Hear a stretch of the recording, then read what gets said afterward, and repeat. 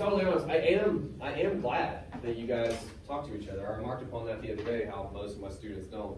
It's good to see humans interacting. That's kind of a rare thing these days. So, congratulations. One of your classmates, I'm used to saying, ask the question again. She raised a point that I do because I think it'd be helpful for everybody. I want to address it before we do what we're going to do. But as I'm doing that, you can actually get started on what we're doing. So I'm going to make a little more sense starting right now. I sent you guys a workshop piece like I often do.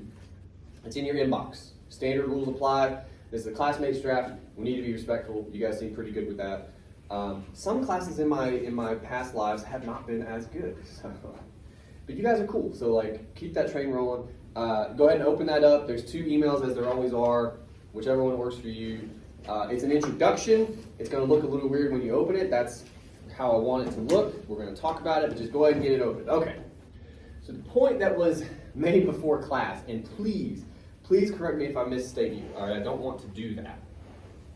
But if I could paraphrase, it was, I don't like, I think you said the introduction, but you kind of meant introductions as a whole.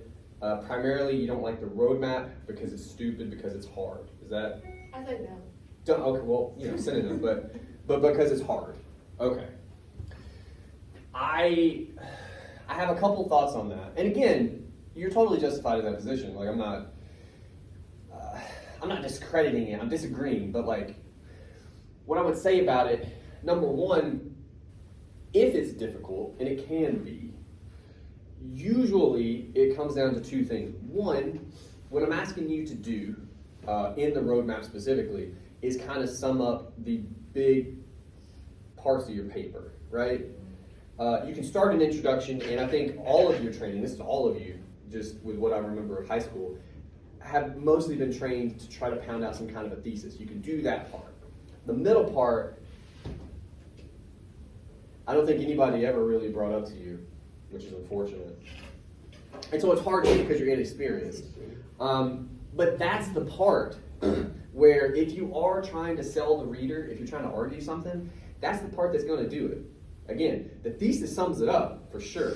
But if you don't have that, if you don't have that middle part to kind of get me on board, it doesn't matter if you have the most baller thesis ever. It's not going to work because they will not have any idea what you're talking about.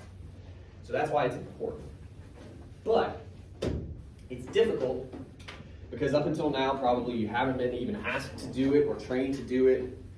It can also be difficult at this stage, and this is okay. It can be difficult at this stage in the process because what have you really done for this paper? 2 body paragraphs, hopefully. Some of you haven't even done that if we're being real. But 2 body paragraphs, then try to write an introduction. Your paper's not done yet, right? So anything you can write, even if it's pretty good, isn't going to be close to your finished product because your paper's not done yet. And that can be frustrating. To all that, I would say, though, that's good. I'm not saying it's fun. I'm saying it's good. I actually had to explain this to my 6-year-old yesterday. I don't think he bought it. But sometimes the struggle can be helpful, okay? The point I'm trying to make, and I kind of talked because it was your point, but is that you're not the only one that feels that way, okay? The point I would make is what I'm honestly trying to get you guys to do. I lost my comment. It's a tour. I was hoping somebody would look at me like, they're having a good time. Okay. What I'm honestly trying to get you guys to do is engage in the writerly process. Again, to be fair to your point, I know most of you aren't actually interested in that. Most of you are interested in, I want to get whatever the fucking grade, I got to get in this class, get out of here for whatever fucking degree I'm going to get, for whatever fucking job I'm supposed to want. That is a way to be. This is a separate conversation we're not going to have. I worry that's not a great way to live, but that's a way to be, okay? But still, I don't get paid to kind of just, there was language I can't use in class. Hold on. I got to edit myself with something else. I don't get paid to like, that's not good either. Just go for it. No, it's. I keep coming up with phrases that involve genitalia. I can't do that. To fuck off. I can't just fuck off in class and kind of say, yeah, you know, I get paid to train you according to my expertise, which is how to write, and this is how to do it. Okay. The fact that you're struggling means on some level you're trying. That's good. Again, I admit it's not always fun. I fully admit that. But it's good for you to struggle. It means that you're trying, and it means on some level you're getting better, even if it's not like as much as you would like or whatever. It means you're putting the work in. That's good. Even if you never write anything after this class, that's still a skill. Working is a skill. Okay? So I think it's good for you. All that said, we are going to talk about the roadmap today, so look forward to that. And we can talk about it more. Real talk. I mean, you weren't. I don't think you were nearly as acerbic as you thought you might be. Fun SAT word. Look it up if you like. ACERBIC. Insulting would be a synonym. You weren't nearly like. I think you were maybe worried about that. You weren't. You're fine. I'd like you guys to be, open with me. If you have thoughts, concerns, questions, declarative statements you'd like to make. That's totally cool with me. And I will try to answer them honestly. All right. Hopefully you guys are able to pull that up by now. It says press anywhere. There it is. Let it warm up for a second. All right. Dakaria, if you will get the lights. I was worried when you weren't here initially. It's like, who will get the lights? I appreciate it. Okay. So what we have in front of us, this is an introduction from one of your classmates. I have broken it up and numbered the 5 sentences that make up their introduction. Now we already said this is a rough draft of an introduction, so it's a little bit short. But again, if the intro is meant to introduce you to a paper, and we just talked about how the paper is not done yet, some of that brevity can be excused. But we're still going to use it to talk about introductions and what we want to do with them, right? At the bottom, I can't quite fit it all on the screen. At the bottom, for a little bit of context, I included the first couple lines of their first body paragraph, and I mean that. I straight up cut it off right there, right? So not even first 4 lines, I just copy and pasted so you could have a sense of where they go after their introduction. You would be surprised sometimes at how much that matters. And we will touch upon that a little bit. What I want to focus on though, these first 5 sentences. As always, you can follow along on your own screen. I have it up here if you prefer. Basically, I want you to do this with these 5 sentences. 2 things. Number 1, parts of an introduction, and we will review them very briefly. Parts of an introduction, what are they? Do we have them? And then secondly, once you identify those parts, do they do their job? Do they only kind of do their job? Could they be improved in some way? These are the things we're going to focus on today. Before we launch into that, of course, we got to review that business. What are the parts of an introduction? There's 4 of them. Introduction to text. Yeah, introduce the text. Before that, you can have a hook. Optional, but yes. So hook, introduce the text. What do you do?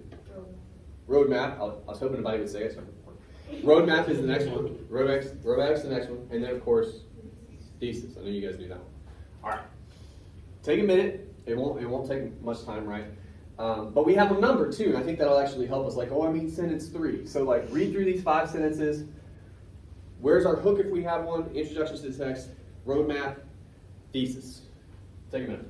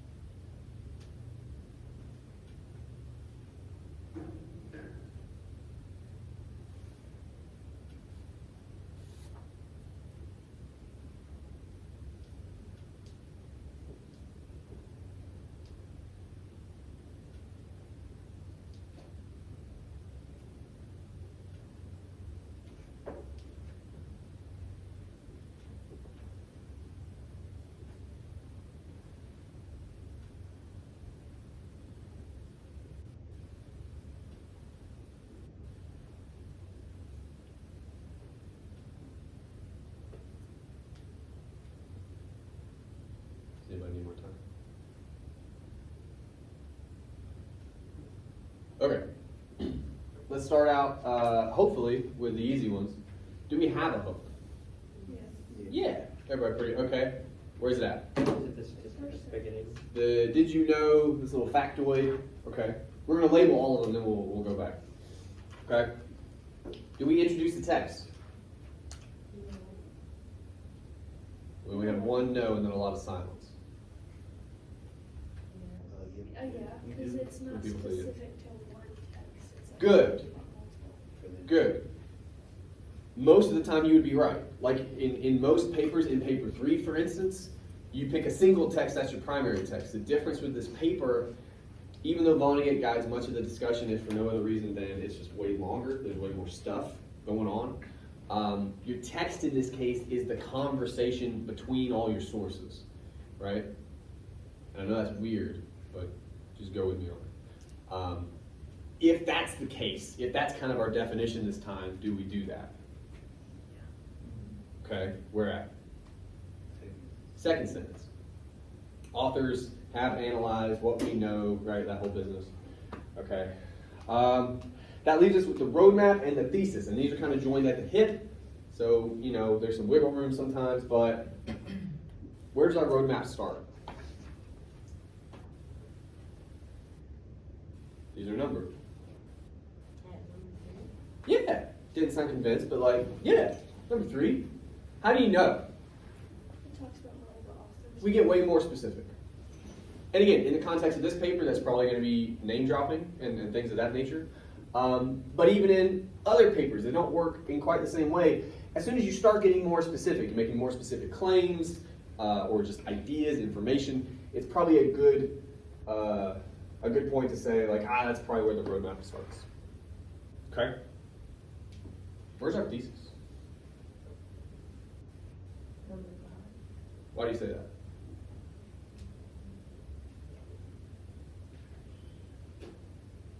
You said it. Read it. It's not argument. It is. It is. No one sounds super convinced, though. Why is that? It does. It's a little more general. So it has like those thesis rhythms, kind of. You know, like it's absolutely trying to be. Also, it's the last sentence, and I know you guys know, like, fucking better be our right? Like yeah. So for where we're at in the paper writing process, this is kind of our working thesis, right? So that means, to recap, hook, introduction to the text. These 2 sentences are our roadmap right now, and then that's our thesis. Let's talk about each one of them. And some of these will obviously be quicker than others. The hook. I want to remind you to be respectful. You guys get real uppity about the hook for some reason. What do you guys think about that? How do you feel about it? Feel strongly one way or the other? Yeah. Too long. Why do you? That's an interesting point. Why do you care if it's too long? I guess that's how I want to say it. Why does that bum you out?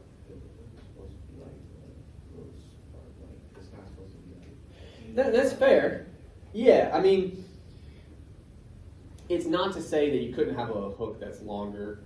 For Jarvis, we kind of made the point her whole first paragraph is a hook, right? But it's a huge story, and it kind of. But in this case, it's a single question, and it kind of loses momentum when it goes on for that long. You could say. I could feel you on that. Yeah. Any other thoughts on the hook?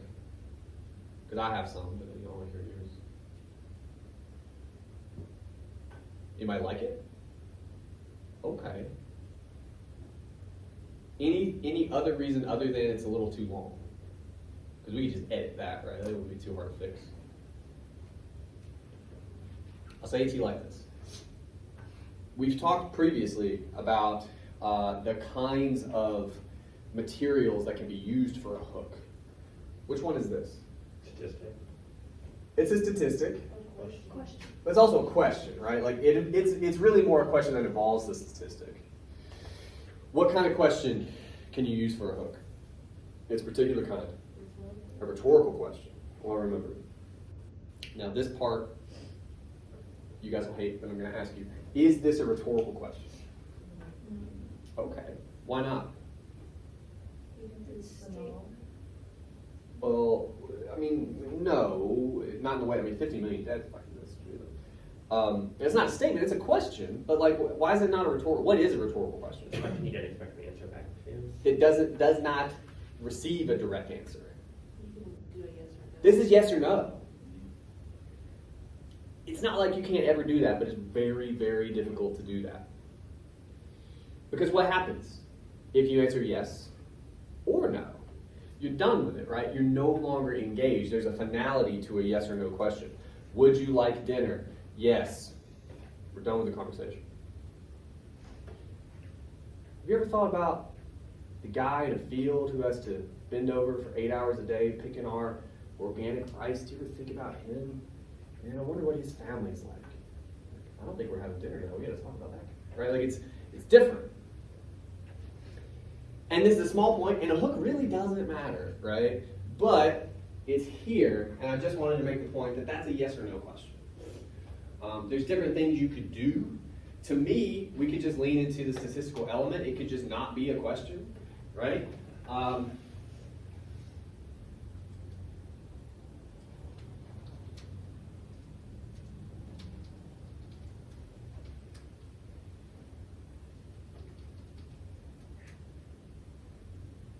Well, actually,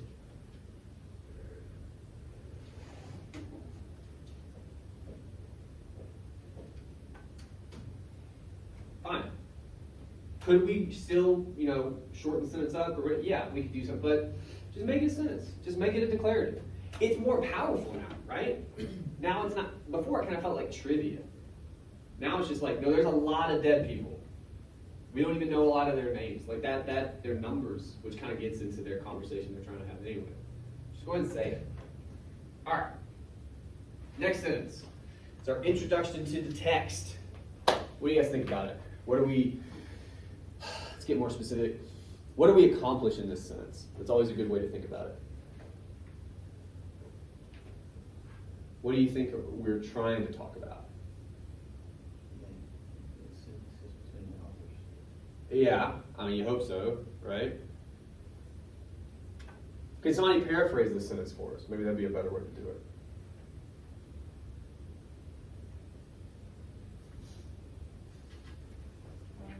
Media shows a false representation of masculinity.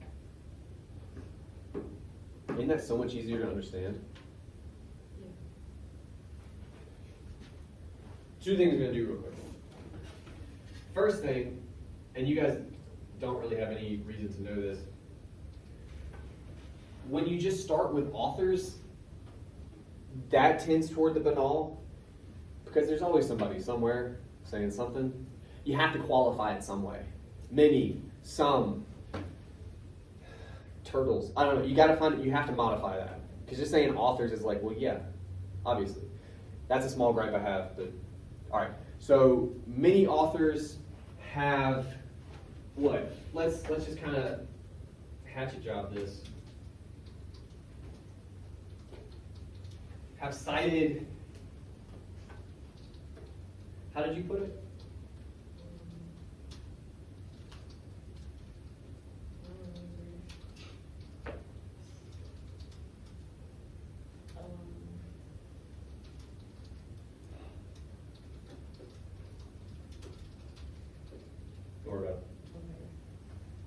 I summoned something based on what I remembered you saying. Is that pretty close? Reasonably? Okay. Disparity actually would probably be a better word. Many authors have cited basically this is what we see versus what we get. Yeah. What's the difference here? Why is this one so much shorter? Well, you'll notice we backload our most important figure. This seems to be what we're focused on here, okay? It shows up, it takes half that damn sentence to get there. Why is that? I say this to you all the time. You don't know what you really know until you write. You figure it out as you go. All this, have analyzed what we know as the what? Have cited. Many authors have said. That's all they're trying to say here. but this is their brain going, I don't know what I want to talk about. That's something. There it is. But what about fuck, it has something to do with that? Okay. You're figuring out as you go. And I promise you, the first step in the process is to try, and I mean try because it takes practice, try to identify those speed bumps. A huge speed bump in the original sentence is all of that. We get one verb. Let's have a fun 5th grade moment. Or we get 2 verbs. Where are 2 verbs? And? It's at, now we're going to get like 7th grade. That's a verbal phrase. They're actually combined. So you would consider them one because they were doing that for the tense, right? But no is the other one. That's 2 verbs close together. We almost never need that, okay? Because what it does is it makes you do all these weird gymnastics. Have analyze what we know as the, what are we trying to say? What is the thing doing? We're trying to say many authors have done something. So we probably need to either pick one of those verbs or pick a different one and just roll with that. Cut through all the bullshit. Okay? I'm going to give you one more example. I want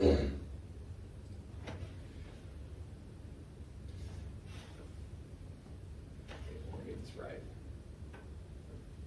Okay. Yeah, all this. How many verbs do we have here in this selection? 3. Yes. Where are they at? Establishes, seen, and Making. That's too many. That's too many in such a tight space. And I know most of you don't even care about this, but I'm telling you, you're going to be better writers if you work to eliminate these moments. Okay? And again, they happen when you're writing. They just happen. They happen to all of us. But the first step, as I said a moment ago, is training yourself to find them later when you go back and edit. Okay? We trim this. What are we really trying to say? What's our main point? Coons establishes that war is seen as a remedy of making a boy grow into his masculinity. What is Coons trying to do? What you guys are about to do is get really hung up on establishes. Do not do that. You guys are going to say, well, Coons established, and you're going to try to make it work. Don't do that. What is Coons trying to do in the first half of this sentence, according to this author? He's trying to say something. Boone says that war makes a boy into a man. Does he say that? It's a little convoluted here, which is also part of why we're trimming this. What is Coons trying to say?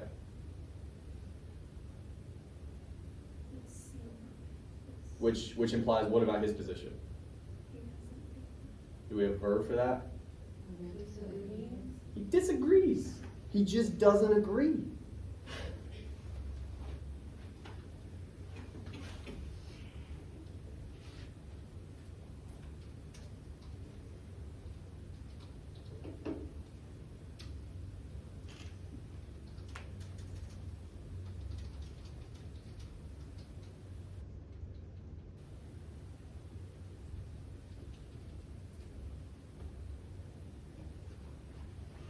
Remedy is an issue because it's not really the word we want, but how about this?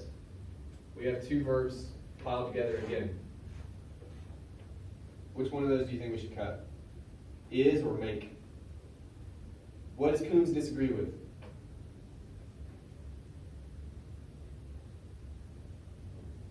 I'm just asking somebody to tell me. What idea does Coons disagree with? War makes him to a man and it destroys manhood.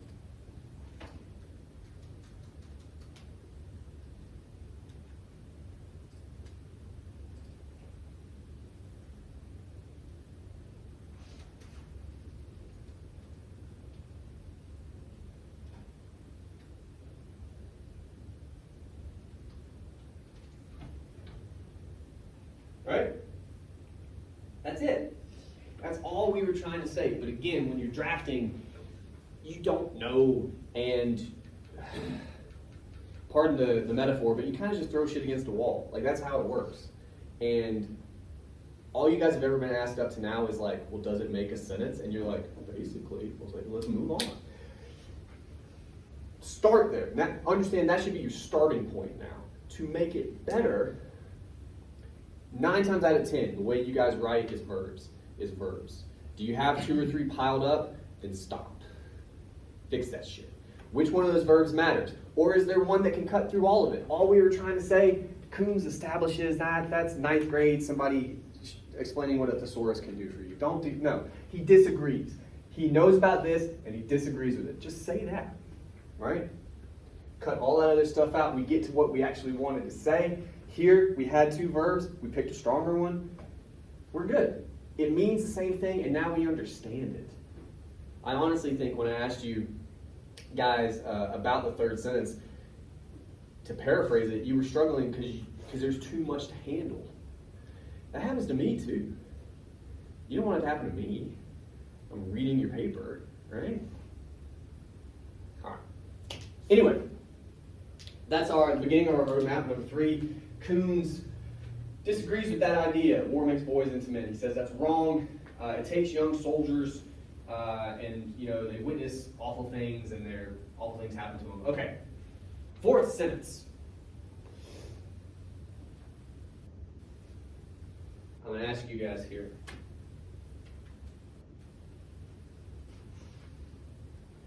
Again, I feel like we have too much language. We have unnecessary language.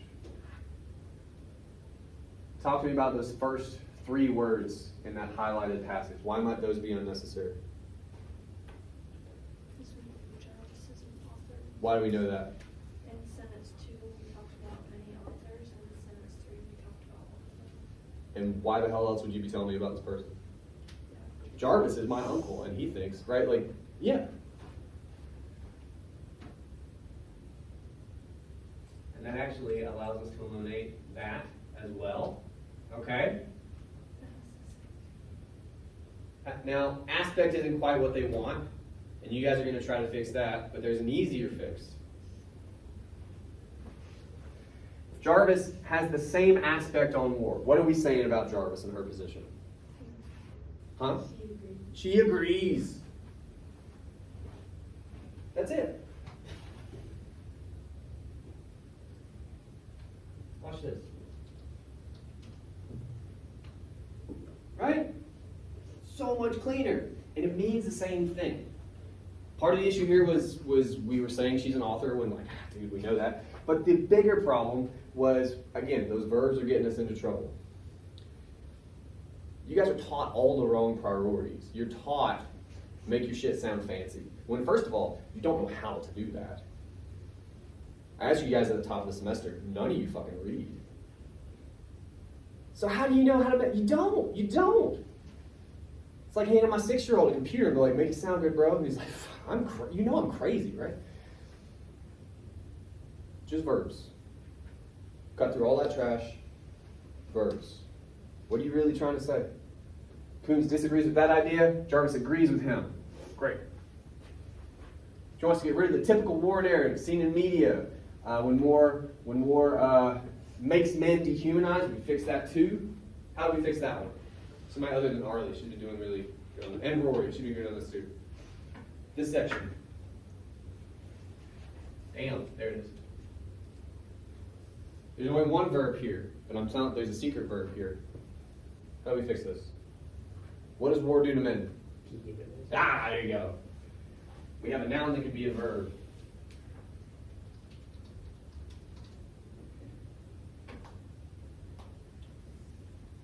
All right. Last thing. I know we're doing a lot of grammar today, and I don't apologize. That's too much for one sentence. Jarvis does that. Cool. Vonnegut comments on all that.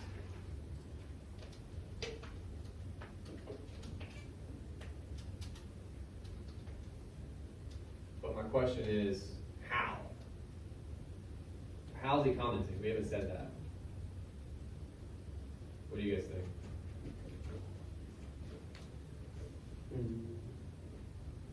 What's that got to do with war narrative, men being dehumanized, death toll numbers? What's So It Goes got to do with that? It's just kind of how like lackadaisical people are with it.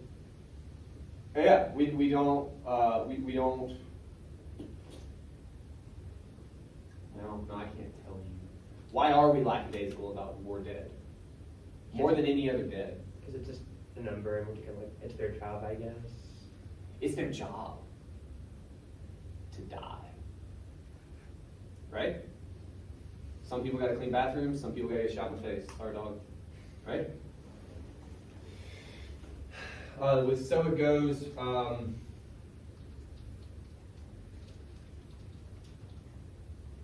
Google, you could just fix it for me. Are you? Really?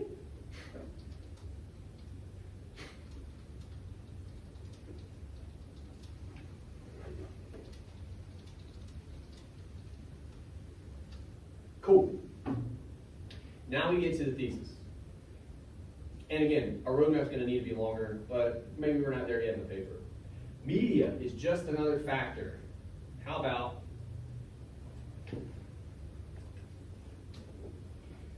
media plays into the traditional war narrative? You know what? It makes men masculine or heroic when okay, I see. Well, then that's already weird. It makes men, how about, feel masculine or heroic when in all actuality, okay, I have a question for you guys now. What exposes young men to horrors?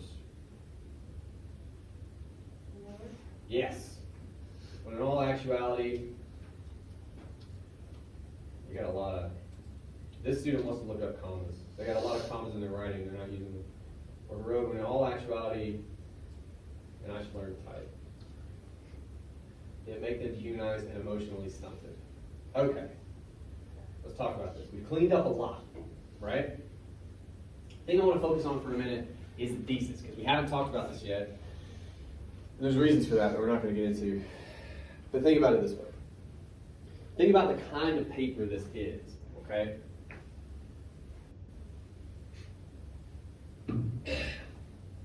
It's a conversation between all these authors, okay? All these texts.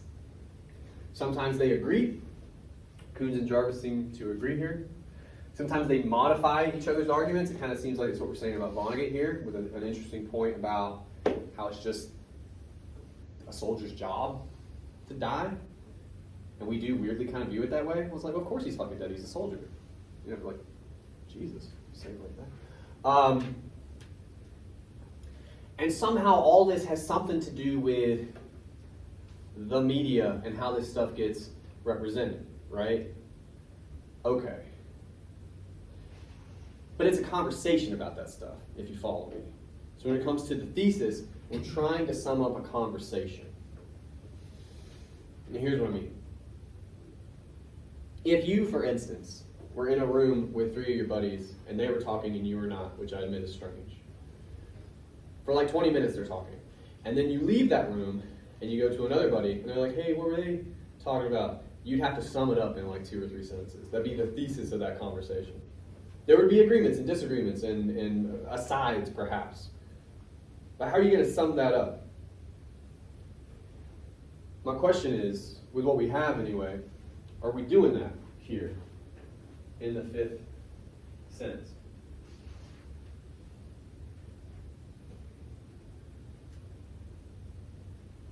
What do you guys think?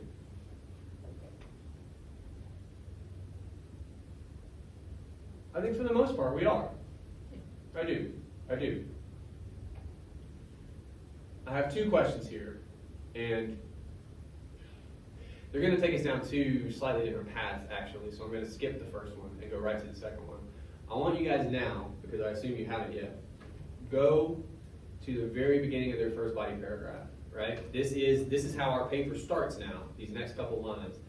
I gave you those to get the feel for where that paragraph is going to head. Read those, and then I want to talk about the thesis again.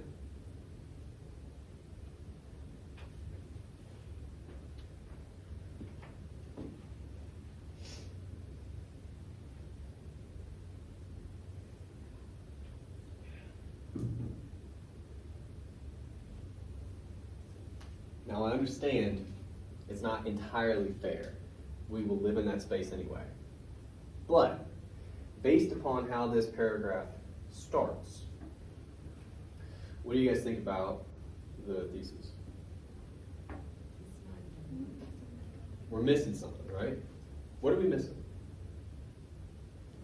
Something about faith. Something about faith. It's a pretty big idea to just, it's not on our roadmap either. So that's a problem. Now, of course, we can't know where their conversation about faith heads because I have not given you the rest of that. But already we see we're missing pretty significant information in our just introduction from the third sentence on. Okay? We're going to try to build this thing in reverse.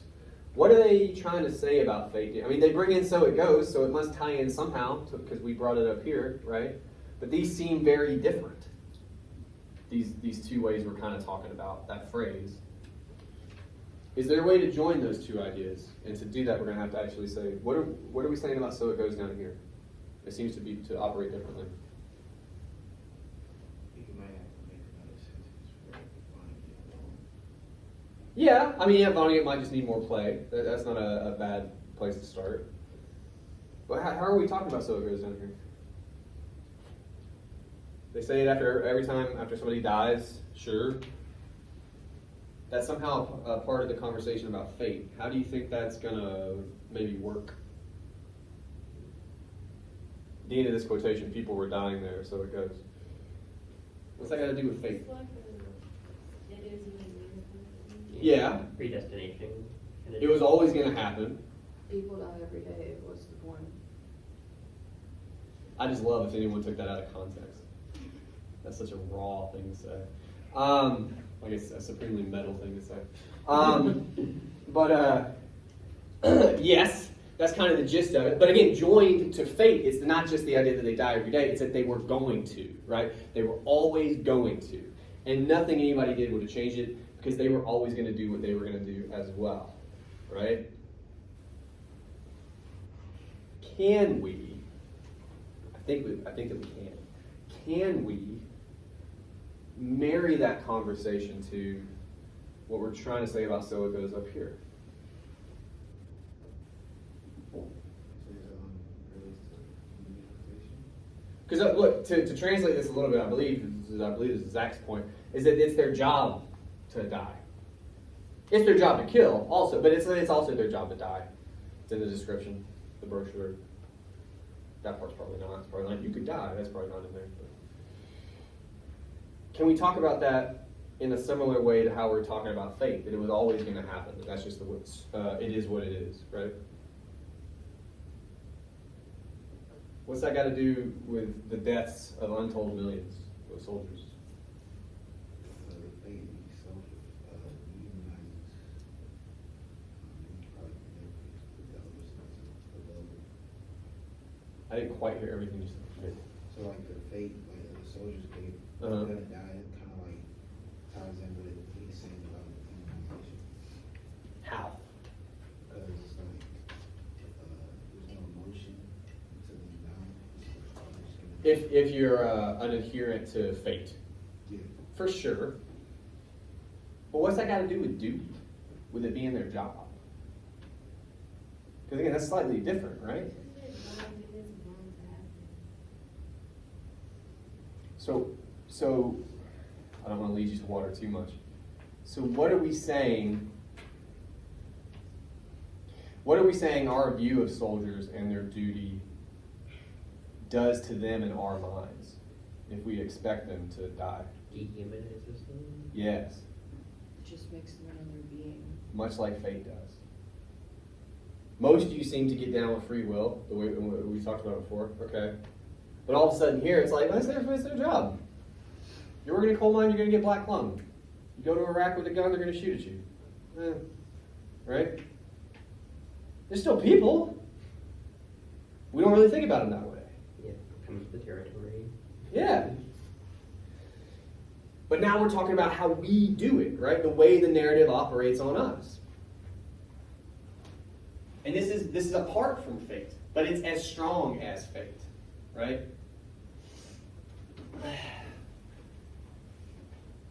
So that extra space is going to kill me. The necessities, untold millions to little more than duty.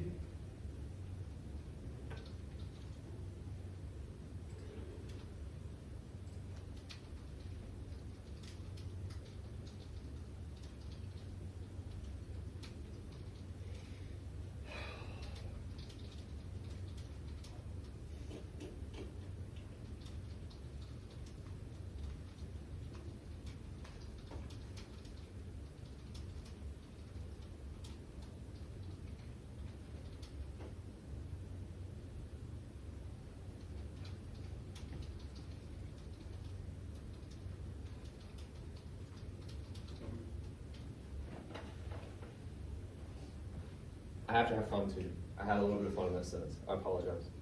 But all we're saying is, hey, this idea is a little bit like this one. Now, granted, it's the same text, but they're different ideas. And at least as it stands right here, it seems like they're different paragraphs. That's fine too. That's synthesis. What does this mean? Well, right now, first of all of this is in flux. This stuff could change order in the roadmap. We're almost certainly going to have to modify the thesis a little bit. But this stuff could really change based upon what the rest of the paper does, okay? The point I wanted to make to you here is, from the jump, as soon as you get outside their introduction, it's pretty obvious, oh, they're missing some stuff in the introduction. Okay.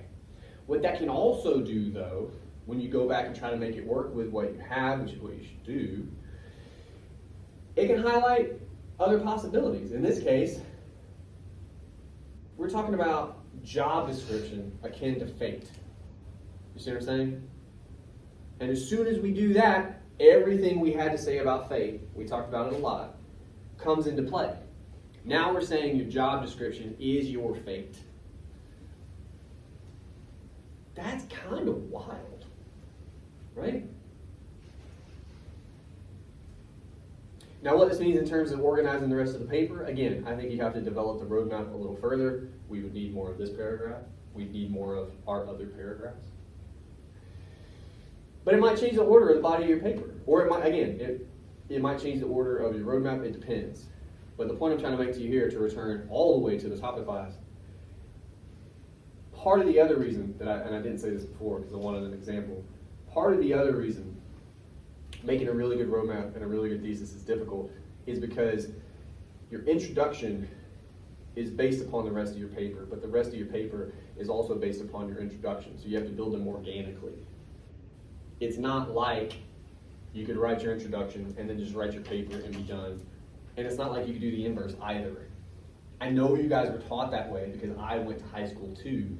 You were taught for in-class essays. You were not taught how to write real essays.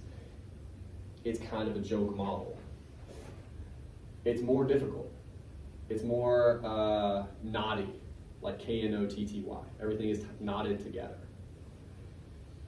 Does that make any sense? Anything we just talked about? Okay. Are there any questions about any of that? Because we're going to talk about Works Cited in a minute. I want you to be excited for that. Because I am. Okay. All right. Works Cited, real quick. I know you guys are fading. I normally do this at the top of class because it's awful. But let's talk about it. Works Cited. I assume all of you, especially recently, like in the past couple years, use what's called a bib generator. My go-to is EasyBib because it's existed since I was a student. I'm kind of curious, does anybody not use like a bib generator when you do Works Cited? Really? Weird. Is there a reason? Okay. I didn't think about that. Oh, wow. So you Let's- just like make it yourself? Well, it's weird. It's the equivalent of like you got candles in your house. Like I made those. You made those? Yeah, because I had a teacher at junior high school said like if we use like bib generators to take out coins. What a fucking idiot Yeah, that I person had was. too, but I never actually learned. Yeah. No, that's such a stupid hill to die on. So I was like, oh shit, I guess ostrich or something like that. So I just never Well- used it. So that is part of my discussion of Works Cited, but we'll get to it now. I should caution you. There are some teachers. Was this an old person? Like 40s. My teacher was very old. Okay. Usually it's older people. He's like 45. Maybe she's old mentally. I mean that. It's a very old idea because this used to be when I was a student, this was kind of new. And so teachers back then, you know, you could at least understand, it's a new thing, they didn't really know what to do with it. This is totally blowing my mind, this ad in the middle of everything. But you will run into teachers, usually older, who think using a bib generator is a form of plagiarism. You need to be careful, and we're going to talk about that. But it's not a bad place to start. I think mine was just an asshole. Well, I kind of think there's a really thin line between asshole and thinking this is plagiarism. Because yeah, on some level you're just copying and pasting information, but what are you copying? You're copying and pasting information to give creators their due. Like, it's fucking opposite. Like, anyway, you need to be careful, and I'm going to talk to you about ways to do that, okay? Anyway, EasyBib. And there's all kinds of other ones. Again, this is the one I know about. How do we do it? Well, we go to create citation. And I'm going to do the book, actually, because that'll be way easier. Oh, let's see. You guys are going to want to just search for it. I'm going to ask you to not do that. One, because you'll just pick something, and that's ridiculous. But two, in the interest of not getting dinged for using a bib generator, don't just trust a search bar. Just put the information in. It's not hard. It's not, I promise. Most of the time. Betsy Carrollton, who the fuck is that? Kurt Vonnegut. We'll just click now. I always get the hyphen wrong. All right. Colorhouse 5. There's no volumes. There are editions, but that's not really needed. Publisher. This is a very famous book that has been published a whole bunch of times. So you flip, not like you guys can see this, but it's going to be one of the first couple pages, right? It's a lot of tiny print, all the legal stuff. It's going to be in here, the information you want, okay? And it will be different based upon whatever copy of the book you have. And in the event that you have a teacher like the ones that you guys described, they're going to know, in a lot of cases, which version of the book you have. So you want to actually use the book. In this case, it's almost always near the top. Yeah, we're going to go with Dial Press Trade Paperback. So it's also part of Random House, which is a publishing company. You could just do that. Either one of those would be fine. I'll actually go with Random House. I also just happen to know this next one, but it's in the book as well, because I'm not much of a nerd. Pretty much all the big publishers are in New York, by the way. When in doubt, go with that, but it should be listed. The year is originally 1969. This particular book was 2009. Again, I think either one of those would be fine. I mean, I'll go with 69. All right. And now it will spit out our citation. There we go. Oh, fucking just, okay. Thank you. I don't. Go away. Let's see what this looks like. We're gonna go to a new page. Yeah? Looks like that. Outstanding. Did they even include us? Oh, they did. They spaced it for us. That could be helpful. That could come back and find us. All right, we'll tell you a couple other things.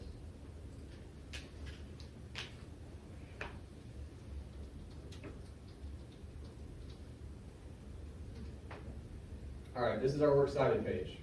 I would like that to go away. Right now, we only have the one entry. They should be alphabetized by the first word in each entry.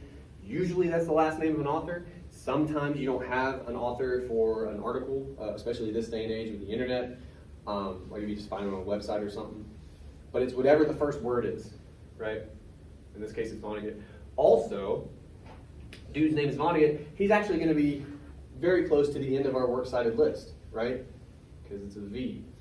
Other things to know about works cited. I'm going to give you another entry. One that we all have.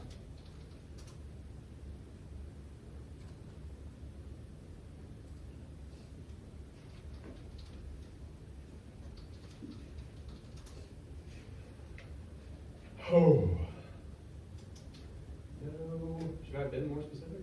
Oh wait, well, hang on. Full text. And that. Let's see if that helps a little bit. Yeah. Something else about the library website. This is our Jarvis article that we're using. Here's the PDF for it. If you go over here to Cite, there are all different kinds of citations for all kinds of different formatting, right? We want MLA, they're using 9th, that's kind of late actually. We would stop here. Stop there. Unless your professor asks for it, you don't need to include the URL, which is that guy. And if you were curious, I don't want that shit.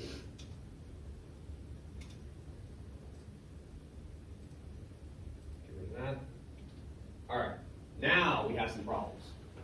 I don't know how well you guys can see it on the, you can't see it up here at all. There's a gray background behind this text, okay? The reason for that is because I copy and pasted it from that web page, so it came with a gray background.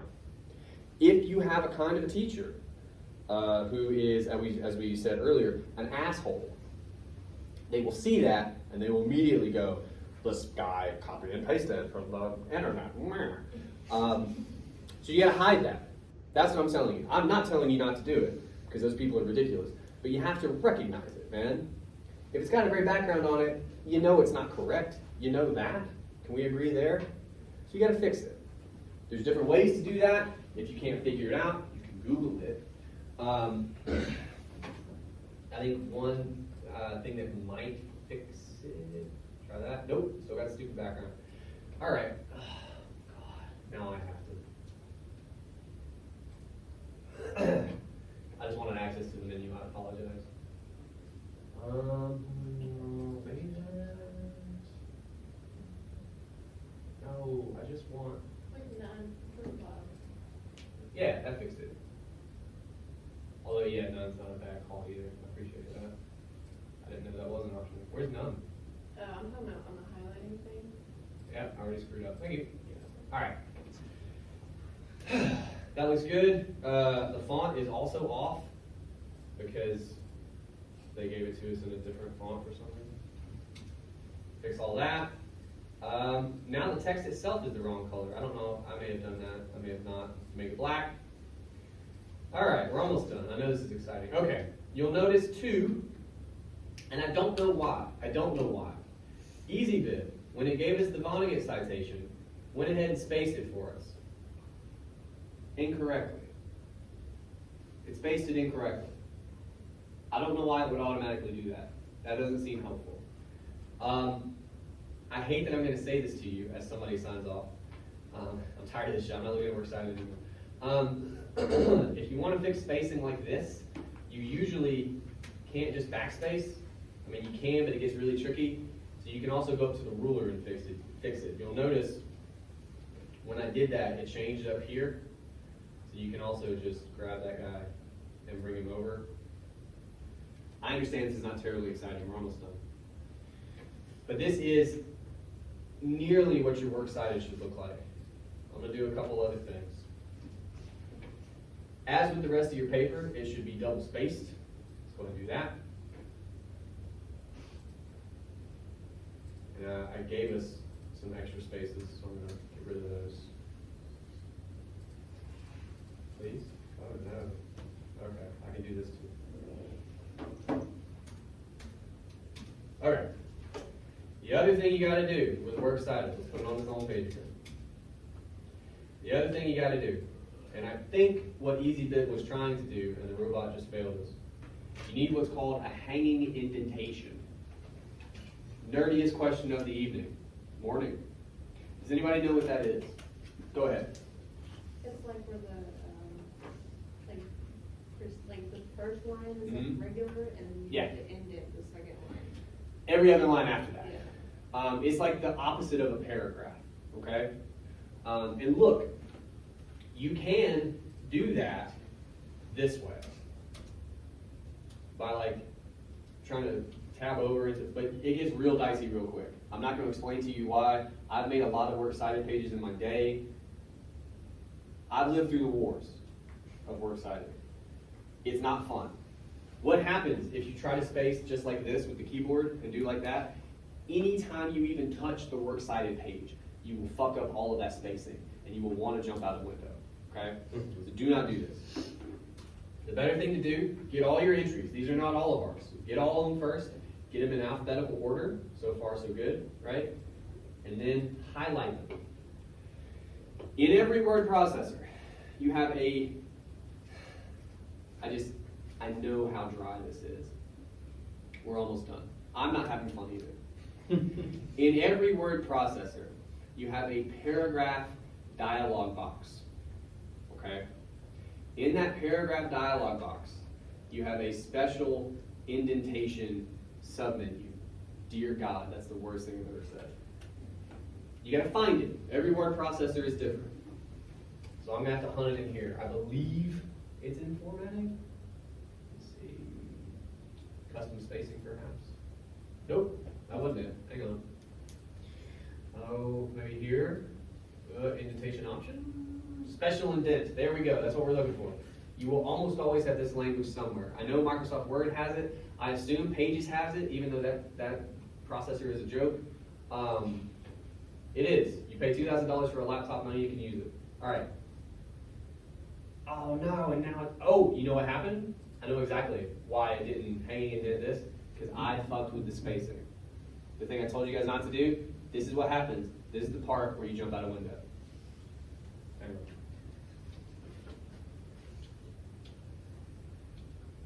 Okay. Oh fuck, then you just hope that's enough, right? We'll try one more time. Oh, and where was it? Here? Sweet.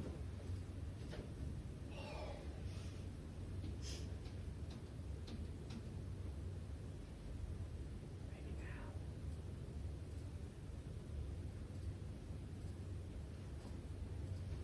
Ah! Alright. So you see already. Look, legit. Like when you're in grad school, writing 20, 30 page papers, you'll have a works cited page that's like 2 or 3 pages long. And what just happened there will happen all through it because you messed, like, I'm telling you, don't mess with the spacing at all. Find the option for special indent, do it that way, you will save yourself very real heartache. Okay. Any questions about the works cited?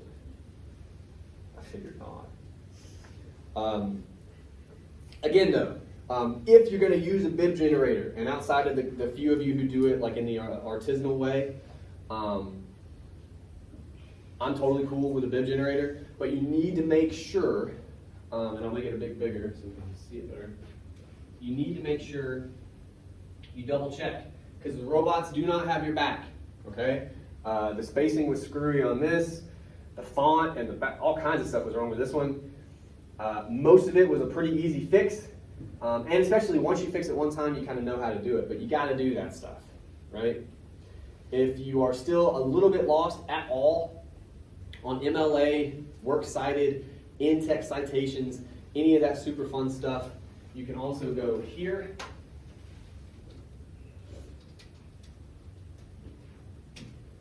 A website called The Owl at Purdue.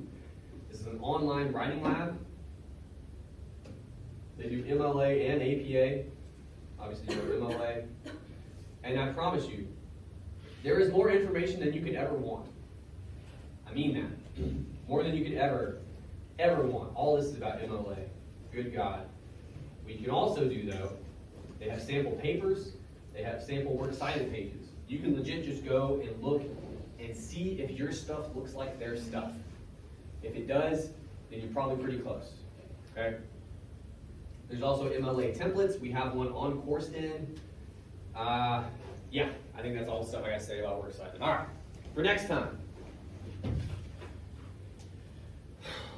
Rough Drafts Due on Turnitin.com. You have the weekend to work on that. Again, people are dancing. Again, you want to, I think, Maybe you can work up your introductions a little bit based upon what we said today. Totally cool. But then dive into the body of that paper. Really work that guy up, and then go back to your introduction. Do you need to add? Do you need to take away? Do you need to modify some things? Did you make some discoveries? Anything like that, right? When it comes to the thesis, and we'll touch on this again next time. When it comes to the thesis, you are doing your best to sum up the conversation that's going on between your texts. I hate to say this, there's also an example thesis, a sample thesis in the prompt for paper 2 that you can look at. But do everyone a favor and take a swing at the thesis before you look at that sample, because it's not great. All right, I'll see you guys Tuesday. Thank you.